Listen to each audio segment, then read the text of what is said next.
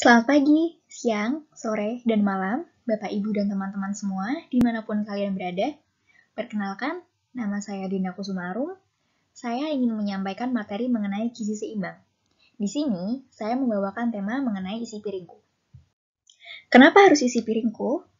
Karena di sini saya melihat bahwa dalam membicarakan gizi seimbang itu tidak hanya tentang kandungan dari makanan saja. Akan tetapi, ada poin-poin lain yang juga berperan dalam memenuhi gizi seimbang, teman-teman.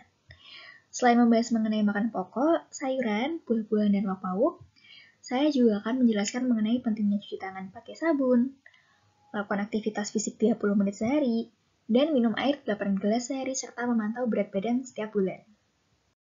Pertama, saya akan membahas mengenai pentingnya cuci tangan pakai sabun.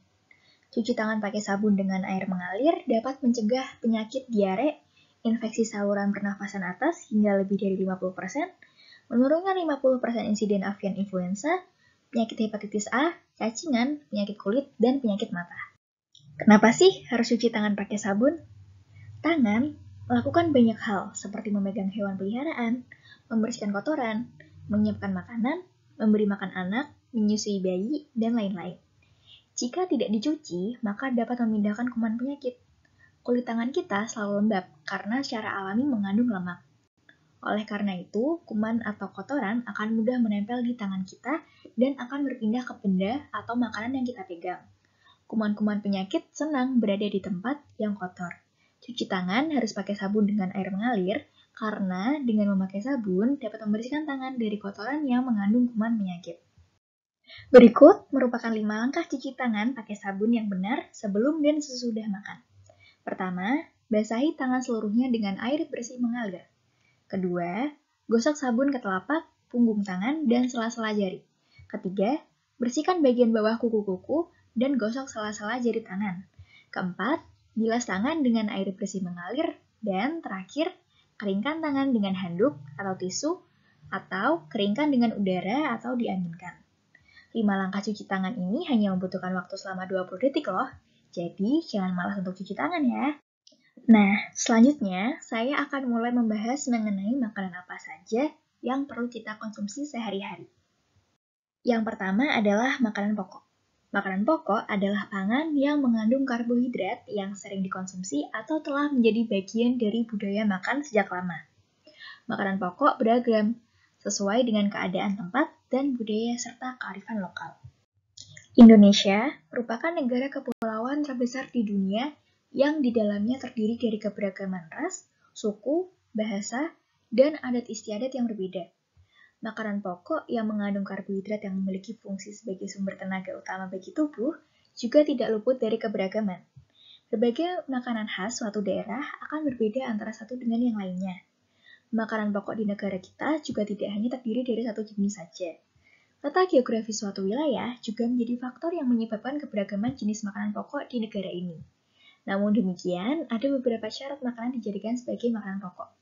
Di antaranya, mengandung karbohidrat, bersifat mengenyangkan, rasanya netral, murah harganya, mudah ditanam, mudah didapat, mudah diolah, dan dapat disimpan lebih lama.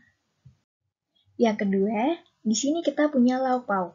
Lauk pauk terdiri dari pangan sumber protein hewani dan pangan sumber protein nabati. Lauk pauk hewani termasuk daging, unggas, ikan, telur, susu, dan hasil olahannya. Sedangkan lauk pauk nabati berupa bahan olahan dari tumbuh-tumbuhan. Sumber pangan protein hewani dan nabati masing-masing mempunyai beberapa kelebihan dan kekurangan. Lauk hewani mempunyai asam amino yang lebih lengkap dan mudah diserap tubuh. Kekurangannya, jumlah kolesterol dan lemaknya lebih tinggi serta harganya relatif mahal. Biasanya, kandungan kolesterol dan lemak jenuh yang tinggi sering ditemui pada daging dan sedikit pada ikan. Sebenarnya, anak-anak masih memerlukan kedua zat ini untuk pertumbuhan, tapi akan berakibat tidak baik pada orang dewasa. Untuk itu, alangkah baiknya bila orang dewasa membatasi konsumsi kolesterol dan lemak jenuh. Sedangkan bahan pangan protein nabati mempunyai keunggulan dibanding hewani, karena kandungan lemak tak jenuhnya lebih tinggi daripada bahan pangan hewani. Kandungan isoflavonnya, terutama pada kedelai, menjadi daya tarik karena manfaatnya yang sangat banyak. Isoflavon ini tidak ada dalam bahan pangan hewani. Keuntungan lainnya, bahan pangan ini harganya jauh lebih murah dibanding hewani. Namun demikian, kelemahan bahan pangan nabati yaitu kurang higienisnya proses pembuatan lauk pauk yang berasal dari kacang-kacangan. Biasanya, pabrik pengolahan tahu dan tempe kurang memperhatikan kebersihan tempat dan wadah yang digunakan selama proses produksi. Dan itu salah satu faktor yang mempengaruhi kualitas dan baik buruknya lauk pauk yang akan dikonsumsi. Sayuran merupakan sumber vitamin dan mineral terutama karoten, vitamin A, vitamin C, zat besi, dan fosfor. Sebagian vitamin, mineral yang terkandung dalam sayuran berperan sebagai antioksidan. Beberapa sayuran dapat dikonsumsi mentah tanpa dimasak terlebih dahulu, sementara yang lainnya dapat dimasak dengan cara dikukus, direbus, dan ditumis. Sayuran merupakan bahan pangan yang berasal dari tumbuhan yang memiliki kandungan air tinggi. Beberapa di antara sayuran tersebut ada yang dapat dikonsumsi langsung tanpa dimasak. Namun, ada juga yang memerlukan proses pengolahan terlebih dahulu, seperti direbus dan dikukus, untuk memaksimalkan kandungan gizi yang terdapat di dalamnya atau untuk menambah cita rasa dari sayuran tersebut. Sayuran merupakan sumber penting dari banyak nutrisi, termasuk di dalamnya potasium, asam folat, serat makanan, vitamin A, vitamin E, vitamin C, dan antara satu sayuran dengan sayuran lainnya tentu saja memiliki kandungan gizi atau nutrisi yang berbeda. Berikut ini adalah khasiat atau manfaat-manfaat yang terkandung dalam sayuran. Di antaranya adalah mencegah dan mengurangi stres berlebih, memperlancar buang air besar, mencegah penyakit jantung dan kanker, mempertahankan berat badan seimbang, sumber energi tubuh, membersihkan racun dalam tubuh atau detoksifikasi, mencegah kelahiran bayi cacat, menjaga kesehatan mata, membuat kulit sehat, memperkuat tulang, dan sebagai menu makanan yang sehat. Buah-buahan merupakan sumber berbagai vitamin, di antaranya vitamin A, vitamin B, vitamin B1, vitamin B6, dan vitamin C. Selain itu, buah-buahan juga merupakan sumber mineral dan serat pangan. Sebagian vitamin dan mineral yang terkandung dalam buah-buahan berperan sebagai antioksidan. Manfaat buah-buahan untuk tubuh sangat banyak dan beragam. Buah umumnya merupakan salah satu kebutuhan untuk hidup sehat. Berikut adalah manfaat buah untuk tubuh kita. Yang pertama, sebagai sumber vitamin. Berbagai jenis vitamin ada di dalam buah. Yang kedua, sebagai sumber air dan gizi. Buah merupakan salah satu sumber air untuk tubuh dan kebutuhan gizi yang dapat meningkatkan metabolisme tubuh. Kemudian yang ketiga, sebagai sumber antioksidan. Buah merupakan salah satu sumber antioksidan alami terbesar yang ada di dunia.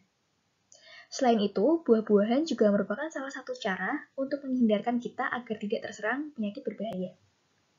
Buah juga dapat digunakan untuk obat luar, seperti jerawat, bisul, dan sebagainya. Buah juga memiliki manfaat lain, di antaranya mencegah penyakit jantung, mencegah serangan kerusakan hati dan stroke, mencegah kanker, dan mencegah tekanan darah tinggi.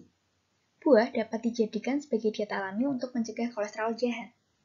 Kandungan antioksidan dalam buah juga dapat menjaga kekebalan tubuh kita. Selain itu, kandungan vitamin dan mineralnya juga dapat menjaga kebugaran tubuh. Nah, berikut merupakan takaran porsi gizi seimbang dalam satu piring.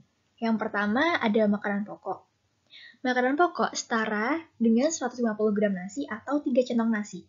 Atau sebagai pengganti nasi dapat dengan 3 buah kentang 300 gram atau 1,5 gelas mie kering 75 gram. Kemudian, untuk lauk pauk dapat dikombinasikan antara lauk hewani dan lauk nabati. Lauk hewani dapat dengan mengkonsumsi 75 gram ikan kembung atau 2 potong sedang ayam tanpa kulit 80 gram.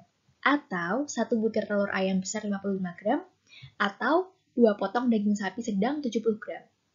Sedangkan untuk lauk nabati dapat dengan mengkonsumsi 100 gram tahu atau 2 potong sedang tempe 50 gram. Kemudian untuk sayuran dapat dengan mengkonsumsi sebanyak 150 gram atau setara dengan 1 mangkok sedang sayur. Kemudian untuk buah-buahan dapat mengkonsumsi 150 gram pepaya atau setara dengan 2 potong sedang. Atau 2 buah jeruk sedang 120 gram atau 1 buah kecil pisang Ambon. Menu pilihan tersebut dapat dikombinasikan sesuai selera untuk memenuhi gizi seimbang yang setara dengan kurang lebih 700 kalori. Selanjutnya, minum air 8 gelas sehari. Manfaat minum air 8 gelas sehari dapat memelihara fungsi ginjal, menghindari dehidrasi, mengurangi risiko kanker kandung kemih, memperlancar pencernaan, perawatan kulit, dan dapat mengontrol kalori. Kenapa harus minum air putih? Kandungan air dalam tubuh manusia sekitar 2/3 atau sekitar 60% hingga 70% dari berat tubuh. Kekurangan konsumsi air bisa membuat kita dehidrasi atau kekurangan cairan tubuh. Air putih merupakan minuman yang paling sehat dan tidak berbahaya karena dibutuhkan oleh tubuh kita untuk menjaga kesehatan. Syarat-syarat air minum adalah tidak berasa, tidak berbau, tidak berwarna, tidak mengandung mikroorganisme yang berbahaya, dan tidak mengandung logam berat. Air minum adalah air yang melalui proses pengolahan ataupun tanpa proses pengolahan yang memenuhi syarat kesehatan dan dapat langsung diminum. Kebutuhan cairan tiap orang berbeda-beda. Pada orang dewasa, konsumsi air putih yang disarankan yaitu sekitar 8 gelas berukuran 230 ml per hari atau total 2 liter. Selain dari minuman, makanan juga dapat memberikan asupan cairan pada tubuh, yaitu sekitar 20%. Cairan dari makanan terutama diperoleh dari buah dan sayur, misalnya bayam dan semangka yang mengandung 90% air. Untuk mengetahui apakah tubuh kekurangan cairan terbilang mudah. Tanda awal yang umumnya dirasakan ketika seseorang kekurangan cairan adalah merasa haus dan urin berwarna gelap. Gejala lain yang mungkin juga dirasakan ketika tubuh tidak terhidrasi dengan baik yaitu rasa pusing, sakit kepala, mulut, bibir, dan mata terasa kering, buang air kecil dengan jumlah dan intensitas yang jarang, kurang energi, dan kelelahan. Yang tidak kalah penting, perlu diperhatikan beberapa kondisi dan aktivitas khusus yang membuat tubuh jadi membutuhkan lebih banyak asupan air dibandingkan biasanya. Antara lain, berolahraga atau aktif secara fisik, mengalami demam, diare, atau muntah-muntah, cuaca yang sangat panas, kondisi hamil dan menyusui. Wanita hamil disarankan mengkonsumsi air sekitar 2,4 liter sehari. Sedangkan wanita yang menyusui disarankan mengkonsumsi air sekitar 3,1 liter per hari. Aktivitas fisik adalah setiap gerakan tubuh yang diakibatkan kerja otot rangka dan meningkatkan pengeluaran tenaga atau energi. Aktivitas fisik dapat dilakukan di rumah, di tempat kerja, di tempat umum, termasuk aktivitas fisik lain yang dilakukan untuk mengisi waktu senggang sehari-hari. Manfaat dari aktivitas fisik selama 30 menit sehari banyak, diantaranya meningkatkan keseimbangan, meningkatkan kerja otot jantung paru, meningkatkan metabolisme tubuh, mengendalikan stres, mengurangi kecemasan dan depresi, meningkatkan fleksibilitas dan memelihara tulang, otot, dan sendi yang sehat, mengurangi risiko tekanan darah tinggi, mengurangi risiko diabetes, meningkatkan kerja atau mengurangi risiko dan fungsi jantung, mengendalikan berat badan ideal, dan meningkatkan kemampuan dan keterampilan tubuh. Jenis aktivitas fisik digolongkan menjadi aktivitas fisik ringan dan sedang. Aktivitas fisik ringan diantaranya berjalan santai, bekerja dengan komputer, membaca, menulis, menyetir, mengoperasikan mesin dengan posisi duduk atau berdiri, pekerjaan rumah tangga seperti mencuci piring, menyetrika, memasak, menyapu, menjahit, latihan peregangan dengan gerakan lambat, membuat prakarya, menggambar, melukis, dan bermain musik, dan sebagainya. Kemudian contoh aktivitas fisik sedang yaitu berjalan cepat pada permukaan rata, pekerjaan tukang kayu, membawa dan menyusun blok kayu, memotong rumput dengan mesin, pekerjaan rumah seperti mengepel lantai, membersihkan rumah, memindahkan perabot ringan, berkebun, menanam pohon, mencuci mobil, dan lain sebagainya. Selanjutnya, memantau berat badan setiap bulan. Berat badan bayi baru lahir minimal 2,5 kg. Pemantauan berat bayi dan anak dilakukan setiap bulan dengan menggunakan kartu menuju sehat atau KMS. Anak sehat jika berat badan naik setiap bulan. Mempertahankan berat badan normal dapat mencegah penyakit tidak menular. Berat badan normal ditentukan berdasarkan indeks massa tubuh atau IMT. Berikut merupakan cara perhitungan IMT. IMT atau indeks massa tubuh adalah perhitungan jumlah berat badan normal yang tepat dihitung dari tinggi dan berat badan seseorang. IMT merupakan perbandingan dari berat badan dalam kilogram dibanding dengan tinggi badan yang dikuadratkan dalam meter. Hasil dari perhitungan tersebut kemudian diinterpretasikan ke dalam batas ambang IMT untuk Indonesia, di mana kategori yang pertama yaitu kategori kurus, di mana IMT apabila nilainya menunjukkan di bawah 17, maka kekurangan berat badan tingkat berat. Kemudian untuk IMT pada rentang 17 hingga 18,4 digolongkan menjadi kekurangan berat badan tingkat ringan. Kemudian untuk kategori normal merupakan IMT yang berada dalam rentang 18,5 hingga 25. Kemudian untuk IMT 25,1 hingga 27 merupakan kategori kelebihan berat badan tingkat ringan. Kemudian untuk IMT lebih dari 27 merupakan kelebihan berat badan tingkat berat. Berikut merupakan contoh tabel berat badan yang disarankan untuk pria dan wanita.